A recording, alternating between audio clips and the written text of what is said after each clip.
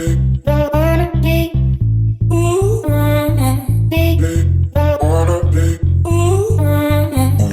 à tous. Je sais pas si on m'entendra bien avec le micro de mon téléphone, mais je me suis dit que ce serait plus facile de filmer avec, parce que je peux filmer dans n'importe quelle position, avec mon nouveau super trépied, donc je suis contente. Aujourd'hui, comme vous pouvez le voir, de toute façon là en caméra c'est le bazar, donc il faut que je trie et il faut que je range et il faut, enfin là c'est plus possible. Je me suis dit qu'un tri en début d'année, ça pouvait être une bonne idée. Il y a des trucs qui sont certainement expirés. En tout cas, moi, je garde pas les trucs 150 ans. Ce que j'utilise plus, etc. Enfin, vous avez compris le principe de cette vidéo. Je sais pas si je vais réussir à faire ça en une seule partie ou s'il va y en falloir plusieurs. Mais let's go.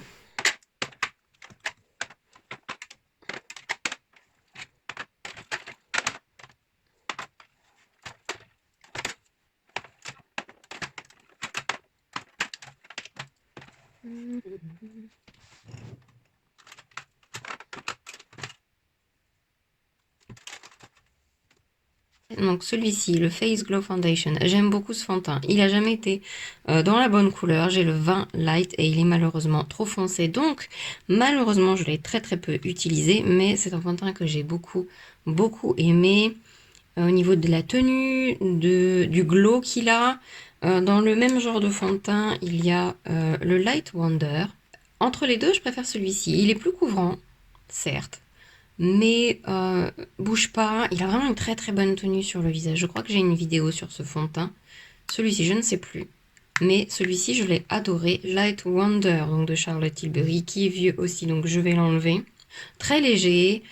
C'est un peu, il faut bien le secouer avant de l'utiliser. Et il a une couvrance légère par rapport à celui-là. Mais il unifie quand même le teint et je le trouve très beau sur les peaux qui sont plus matures.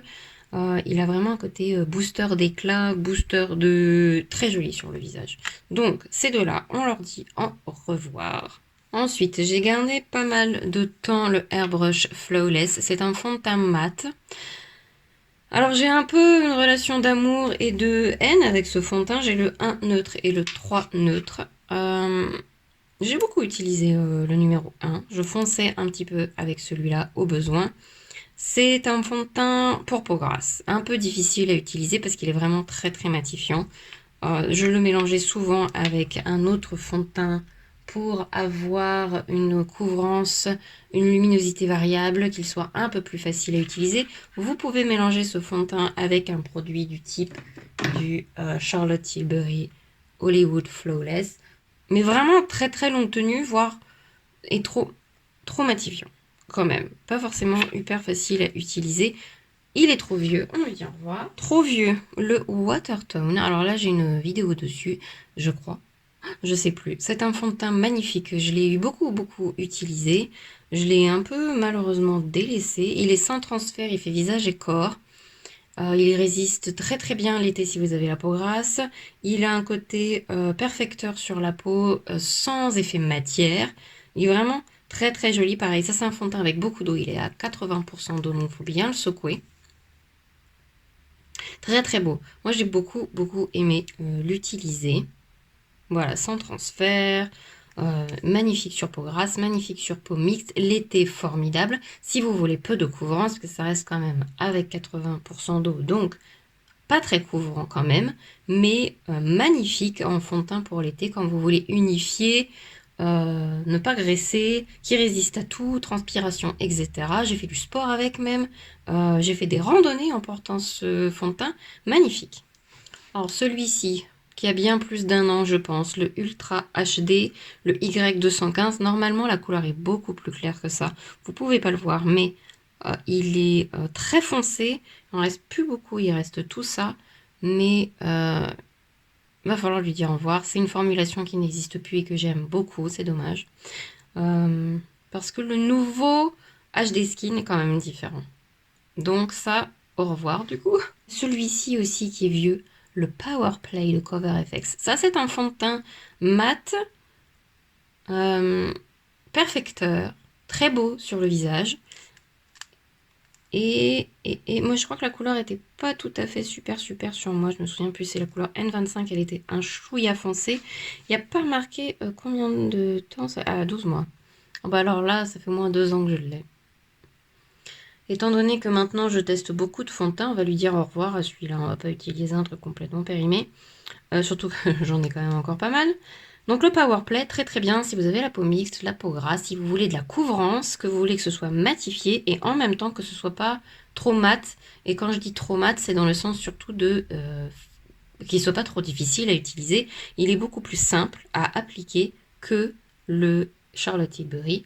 La texture est plus fine et très très jolie sur le visage. Mais au revoir. Et on dirait pas, mais c'est un 35 ml aussi celui-là. Celui-ci, je pense que je vais lui dire au revoir.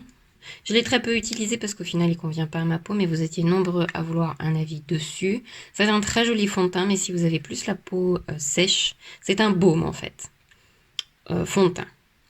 Et il n'en faut pas beaucoup en vrai. Je sais pas comment on peut venir à bout de ce machin-là. Donc si vous avez la peau sèche, que vous aimez les fonds de teint crème, poudre, si vous avez la peau mixte sèche, je dirais même plutôt... il peut être très très très très beau sur le visage, il n'en faut pas beaucoup et il est quand même assez une belle couvrance moyenne à forte. Skin, magnifique fond de teint, je vais le garder. C'est marqué qu'il est hydratant, il est très bien pour les peaux mixtes, il est magnifique sur le visage. C'est un très très bon fond de teint pas cher, si vous en cherchez un. Je sais plus par contre si la couleur me va, donc je leur ai essayé un de ces quatre pour voir ça. Mais c'est un très très beau fond de teint, très couvrant. Je crois que je l'ai découvert en l'année dernière.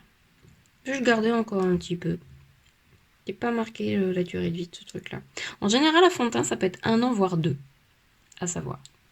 C'est un très joli fond de teint, ça. J'ai une vidéo là-dessus. Donc celui-là, on va le ranger. Ensuite, du plus vieux ou plus récent. Celui-ci. Je n'aime pas du tout ce fond de teint. Donc voilà, Even Better Clinical. C'est un fond de teint sérum, mais mat. Assez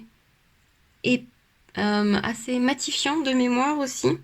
Donc c'est pas mon favori. J'ai pas trop aimé l'utiliser. J'ai acheté 2 couleurs, je crois, en plus à l'époque. Il y en a un que j'ai donné. Je pense que je vais le donner à quelqu'un, tiens. Fond de teint sérum, vous l'avez vu dans mes fonds de teint favoris pas chers de l'année dernière, donc je vais pas m'étaler dessus. Magnifique, je garde. La CC+, de It Cosmetics, qui est aussi dans mon kit. Moi, je suis la couleur Light, et c'est un fond de teint que j'aime beaucoup, beaucoup. Il est couvrant, il est un peu avec des actifs anti-âge, il est très très beau sur le visage, je l'adore, il est assez hydratant, il a un fini assez lumineux par contre, donc j'aime beaucoup celui-là. Ça aussi c'est un fond de teint que j'aime bien, mais il est très nourrissant et hydratant. Je l'ai découvert l'année dernière, il a 24 mois, donc on va même le garder toute l'année celui-là. Donc c'est le Futurist Hydra Rescue de Estée Lauder, je suis la couleur 1W1 et j'adore ce fond de teint. Très très beau sur le visage, mais très nourrissant, mais j'arrive à le porter l'hiver quand il fait très froid. Et il a une belle couvrance aussi. On garde celui-là. Le Age Perfect Baby Cover, qui n'est pas vieux, donc on va le garder. C'est une bébé crème, mais plus couvrante que ce qu'on appelle bébé crème en France. Donc, et il est très très beau. Il était dans mes favoris, donc si vous voulez regarder mes favoris drugstore, produits pas chers de l'année 2022, il est dedans, j'en parle en long et en travers. Le HD Skin de Make Up Forever, je l'ai acheté l'année dernière et je vais le garder encore un petit peu. Au final, je l'aime plus que mes premiers essais avec. J'ai fait une revue dessus. J'étais un peu déçue parce qu'il est très différent du Ultra HD. Mais pour les peaux mixtes et grasses, il est quand même pas mal. Allez, je le garde encore un petit peu. Ça, c'est mon fond de teint luxe préféré de l'année 2022. Le Light Reflecting Foundation. J'adore ce fond de teint. Il est très joli sur le visage. Je vous invite à regarder ma dernière vidéo. J'en parle aussi. J'ai une vidéo dessus. Où est-ce que je vais le mettre? Je vais le mettre là. Hop, devant. Ensuite, la Super Bébé de Herborian. C'est un produit que j'aime bien. Et que j'ai pas beaucoup utilisé. Oh la vache, la durée de vie de ce truc est de 6 mois. C'est tout? Mais c'est nul. Ça fait combien de temps que je l'ai ce truc-là? Ça fait peut-être bien 6 mois. On va vérifier l'odeur et la texture. Texture, pas mal. Odeur, il sent très très bon. C'est un produit que j'aime bien, ça. La première fois que je l'ai utilisé, je ne l'ai pas du tout aimé. Mais l'été, il est très très bien sur ma peau mixte à grasse. Oh, magnifique fond de teint aussi. Un de mes favoris, le Complexion Pro de Shiglam. Très très beau fond de teint mat et en même temps hyper joli sur le visage. Ça fait pas un teint plâtré, il est bien couvrant, très joli, il file pas, il bouge pas. Ce serait c'est le fond de teint couvrant parfait pour tous les types de peau. Pour les peaux matures, si vous n'avez pas la peau trop sèche quand même, parce que ça reste quand même un fond de teint un peu mat. Hop, on va le mettre celui-là. Alors moi j'aime bien les fonds de teint tubes, mais ça tire pas dans mes trucs. Hein. Tiens, un autre fond de teint tube. J'ai failli le faire tomber. Oh, j'ai ma caméra qui bouge.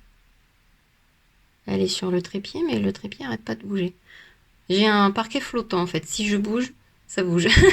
Le Beautiful Skin de Charlotte Tilbury, je l'aime beaucoup ma foi. Il est très très bien. Très très très lumineux peut-être. Mais beaucoup. Très beaucoup. Si vous aimez pas. C'est un peu avoir un fond de teint mélangé avec beaucoup de ça. Et ça, c'est métallique. Donc là, vous allez avoir un effet aussi métallique. Mais il tient très très bien. J'ai vu des personnes avec la peau grasse beaucoup l'aimer. Mais il faut quand même bien vous rendre compte que il est quand même très très lumineux. Je le garde aussi. Mais il est pas si vieux que ça en plus. Mon fond de teint préféré. Qui a pile 1 an. Mais je m'en fiche. Je vais le garder. M'a coûté trop cher pour que je m'en débarrasse. Il me fait une peau de ouf. C'est un fond de teint très hydratant et en même temps, la texture, la tenue, le rendu, c'est parfait. C'est un fond de teint parfait. Je le garde. Alors, le Lancôme Teint Iltrol Ultra Wear, un très très beau fond de teint aussi. J'ai une vidéo dessus. Je le compare avec une autre nouveauté. Je vais garder les deux parce que je les aime bien. Il y en a un qui est plus mat, un peu plus couvrant. Mais les deux sont très très bien sur le visage. Je vous invite à regarder la vidéo. Je compare les deux. Fond de teint mat, le Naturel Radiant Longwear Foundation. Je l'ai beaucoup utilisé celui-là. Il est aussi dans mon kit. C'est un très très beau fond de teint mat. Avec une très bonne tenue, un peu épais quand même, mais toujours moins épais que beaucoup que j'ai essayé d'utiliser, donc il va être moins épais que le Clinique que je vous ai montré tout à l'heure. Il est moins épais aussi que le Charlotte Tilbury et il est plus facile à appliquer. C'est un fond de teint mat facile à appliquer, donc si vous avez la peau grasse, vous cherchez de la couvrance, il est très très bien. Et celui-ci, un beau fond de teint aussi, mais malheureusement qui est beaucoup beaucoup trop clair. Je vous en ai parlé il n'y a pas longtemps.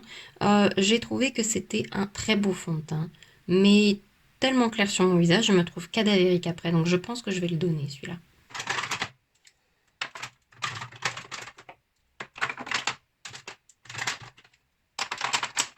Alors, quelques anti-cernes. J'en ai pas forcément beaucoup parce que je les ai triés il y a moins de 6 mois. Mais voilà, le tri à partir de maintenant, ça va être au mois de janvier. Je suis super contente, ça permet de faire un grand ménage. Et là, je vous jure, j'ai pas mal de ménage, enfin, surtout au niveau rouge à lèvres. J'en ai plein acheté. Mais bref, on n'y est pas. Nous allons parler anti-cerne. Celui-ci est trop vieux, mais si vous avez un petit budget, le Fit Me de Maybelline, c'est un grand classique. Et il est juste magnifique sous les yeux. Mais quand même, je trouve en plus que celui-ci l'a surpassé. C'est le Liquid Camouflage qui est en plus waterproof sans transfert. Donc, je préfère celui-là. Et celui-ci, de toute façon, est trop vieux. Un anti-cerne parfait. Mais je vais peut-être en garder que un seul. Moi, je vais garder les deux. On s'en fiche. Allez, hop, soyons fous. L'anti-cerne que je ne vais pas garder, que je vais certainement donner, c'est le Kat Von D, le Good Apple, que j'ai beaucoup aimé utiliser, mais il y en a d'autres que je préfère. Et je trouve au final que parfois il file beaucoup dans mes ridules. Et il est un peu trop mat à mon goût. Je préfère le Huda Beauty, même s'il n'est pas forcément dans la bonne couleur. Celui-ci, entre les deux, je préfère celui-là. Donc je vais garder le faux filter qui était dans mes favoris de l'année en plus. Et celui-ci, on lui dit au revoir.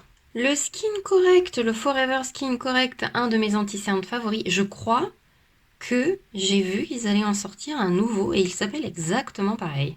Celui-ci de toute façon est un peu vieux maintenant, je l'ai depuis hyper longtemps. Je pense que je vais lui dire au revoir. Ma couleur, c'est la 05N, mais c'est un magnifique anti-cerne. C'est un de mes favoris. C'est toujours un que j'adore. J'ai hâte de tester. Je crois que c'est une nouvelle version que j'ai vue, mais trop top. Celui-ci, je le garde. Vous l'avez vu dans ma vidéo favori de l'année 2022. Il est parfois un peu clair. J'ai le 2,5. Mais l'hiver, ça va, ça passe. Et j'adore. Alors, ma façon préférée d'avoir cet anti-cerne sur moi, c'est de ne pas le poudrer. Ou vraiment très très très très légèrement avec une poudre vraiment la plus invisible possible. D'ailleurs, quand vous allez voir mes poudres, vous allez rigoler.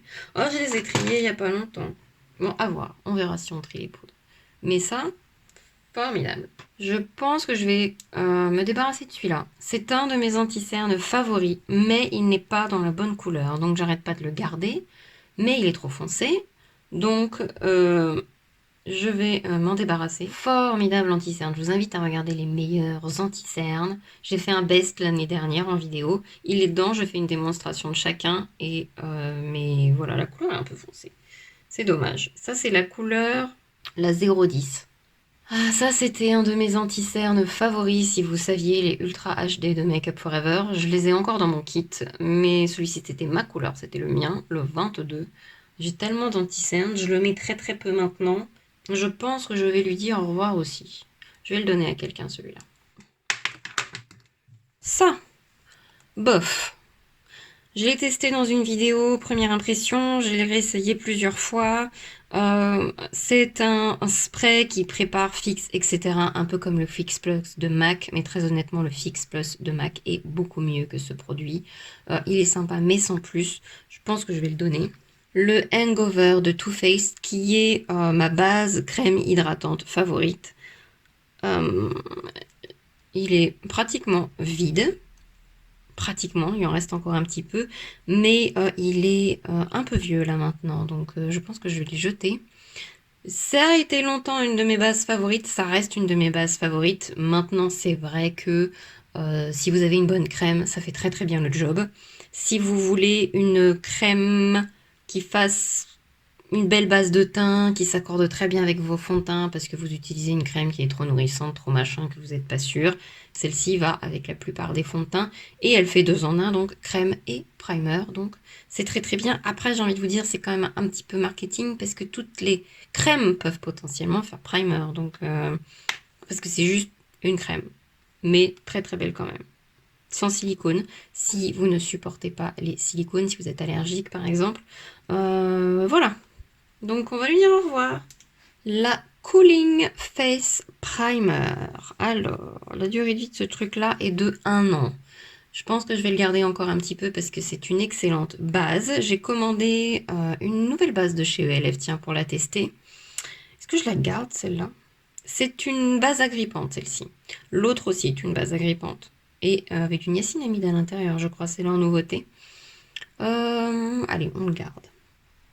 Ça, c'est ma nouvelle base. Je ne l'ai même pas encore testée, donc on la garde. La base de soins Hyaluronic Hydra Primer. 14 mois.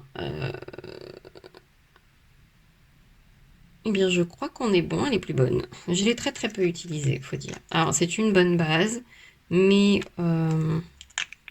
si vous avez besoin, si vous avez la peau mixte, mais que vous avez la peau mature, ou la peau grasse et la peau mature, je vous conseille cette base. Elle matifie un peu, tout en apportant de l'hydratation. Elle absorbe l'huile, tout en hydratant, je veux dire. Et elle fait une très belle base de préparation pour vos fonds de teint, si vous préférez utiliser des fonds de teint un peu glowy, ou ça fait un bon compromis, en fait, pour faire tenir sur votre peau les fonds de teint glowy, voilà. Donc, c'est une très belle base, mais je crois que ça me fait mal au cœur, mais elle est plus bonne. Hein. Cette base-là, qui n'est pas très vieille, une très bonne base perfectrice en version un peu plus légère que la Professional classique. Je vais la garder parce que je l'aime bien. Je l'aime bien. Je vais la garder. J'ai plus beaucoup de bases comblantes et perfectrices. J'en avais une, mais je crois qu'il va falloir que je la jette. Elle était dans mon tiroir. C'est la Putty Primer. Mais on va lui dire au revoir parce que ça fait longtemps que je l'ai celle-là et je ne me souviens même plus depuis combien de temps que je l'ai. Et quand on se souvient plus de ça, c'est que ça sent pas bon. 14 mois aussi, j'ai l'impression. Ça, c'est une version voyage. C'est une base matifiante, préparatrice, perfectrice. C'est la Veil d'Hourglass. Elle est surtout matifiante. Est-ce que je mets énormément de bases matifiantes? Non. Je dois bien dire que sur moi, c'est pas ce que j'utilise, donc je vais pas la garder. Et maintenant, les produits qui brillent. Donc, les highlighters liquides, enlumineurs liquides. Est-ce que j'en ai d'autres de cachés là-dedans? Ce produit-là, il en reste plus beaucoup à l'intérieur, je l'ai beaucoup utilisé. C'est le Brightening CC Serum de By Terry. C'est marqué dessus. C'est la couleur la plus foncée. Sunny Glow, Sunny Flash, voilà, parce que j'ai plus étiquette en dessous. Hydratant, léger, facile à mélanger avec vos fonds de teint, avec vos produits. Vous pouvez l'utiliser en base. Ça sent très très bon la rose. C'est un produit que j'aime beaucoup, qui est un peu cher, mais qui, je pense, en vaut quand même le coup. Mais il en reste peu dedans. Et à vrai dire, je pense qu'il est expiré celui-ci, donc c'est le mien. Et je pense que je ne vais pas le garder. Ensuite, ce produit-là que j'adore, que je vais garder, qui n'est pas très très vieux, c'est les beiges, le fluide enlumineur Belle Mine. Il est léger, il est tellement joli sur le visage. J'adore. La couleur est vraiment très très beau, donc ça je garde. Ça fait partie des hybrides qu'on peut utiliser en base, en highlighter, etc. Le Hollywood Flawless, j'ai deux couleurs. On va être honnête, hein, ceux-là, je les ai depuis très très très longtemps. J'ai le 1 et le 2. Je pense que je vais les jeter maintenant. On va leur dire au revoir. Très très métallique, très joli. Enfin, j'en ai parlé 1 milliard de fois sur ma chaîne. Je vais juste les jeter parce qu'ils sont trop vieux. Ensuite, ces produits-là, je les ai depuis pas longtemps. Oh, arrête de trembler, je sais, je bouge beaucoup. Le NARS, le Tinted Glow Booster. Alors, il est plus... Ça ressemble à ça. Les deux produits se ressemblent, mais celui-ci est plus léger encore sur le visage. Donc, mais les deux sont très jolis. Je vais les garder tous les deux. Et ça, c'est l'enlumineur liquide de Rare Beauty. Alors ça, pour le coup, c'est vraiment un vrai enlumineur. C'est pas c'est un vrai highlighter. Donc je vais le garder parce que je n'ai pas beaucoup des highlighters liquides en fait. Je pense que ça va être une première partie assez longue déjà, donc j'espère que ça vous a plu. On a encore pas mal de choses à trier. Mon Dieu, mon Dieu. Mais bon, comme ça permet d'avoir de nouvelles choses aussi, c'est bien, il faut voir le côté positif. Après, c'est aussi mon métier, faut pas l'oublier. Et ça me permet de, moi, trier des choses pour vous que...